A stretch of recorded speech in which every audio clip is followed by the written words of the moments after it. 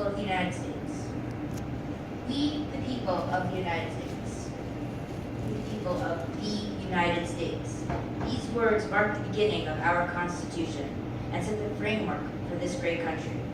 We are a nation based on our bond between people. For our entire democracy to function at its fullest, we must appreciate, celebrate, and emphasize our basis, the people. What makes the people of this nation so great is that we succeed because of our differences, not in spite of them. Although we have stumbled through the stains of intolerance, these are stains and antithetical to the original intention our founder set forth, and that we as a nation aspire to espouse. As expressed in the scholarly article entitled American Muslims, How the American Creed Fosters Assimilation and Pluralism by James Moore, there is a specific American creed. He writes, "The United States of America, the world's first modern nation, spawned by massive immigration, was founded not on blood ties or soil, but on the democratic ideals of liberty, individualism, property rights, equality before the law, justice, secularism, popular sovereignty, civic participation, Judeo-Christian principles, which had a significant impact on the development of American law, democracy, and limited government." I apologize, that was a mouthful. These values do make up the aforementioned American creed. Any behavior that amplifies intolerance is, as he claims, the ultimate betrayal of the creed and the political cancer in American democracy. In the context of this debate, the idea that the United States could not successfully integrate or assimilate Islamic culture, or any culture for that matter, is an example of this betrayal.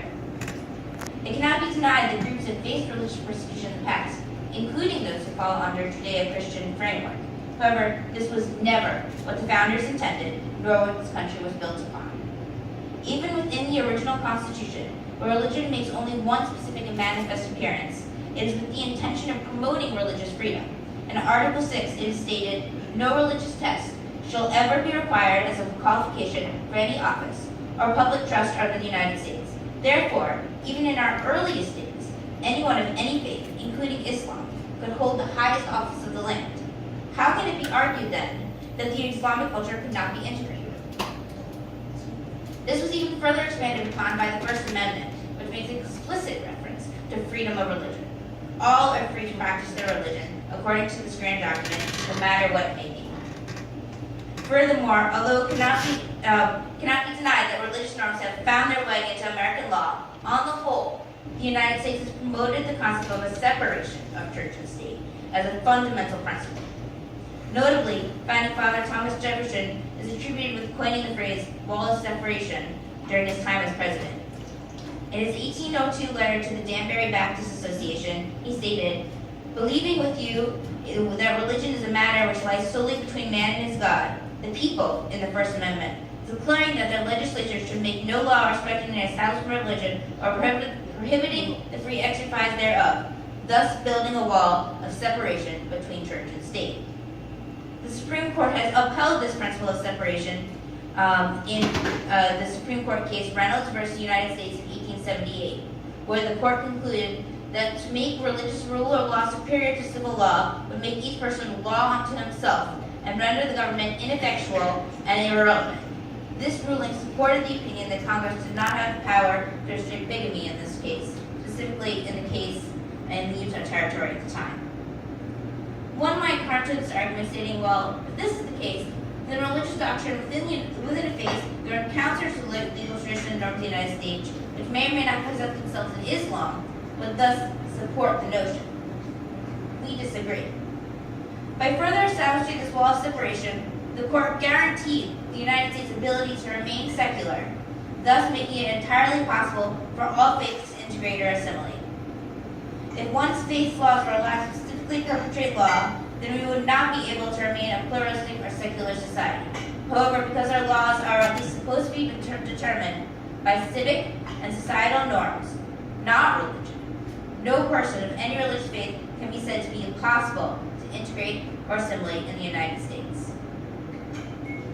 The critical point I'm trying to make here is that to be an American, to assimilate or integrate into so-called American life, does not require a certain religion.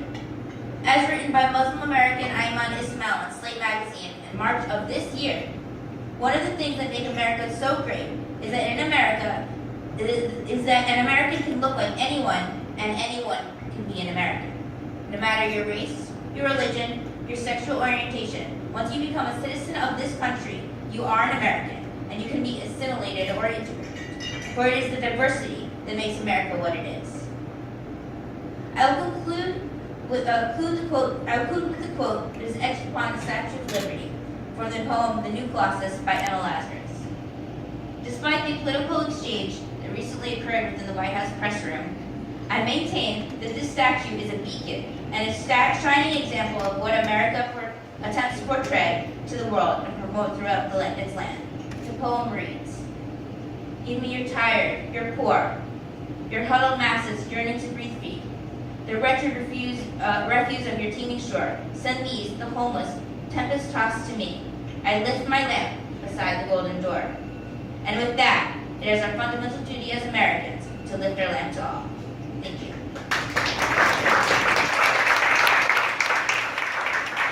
Thank you, Danielle. Next up we have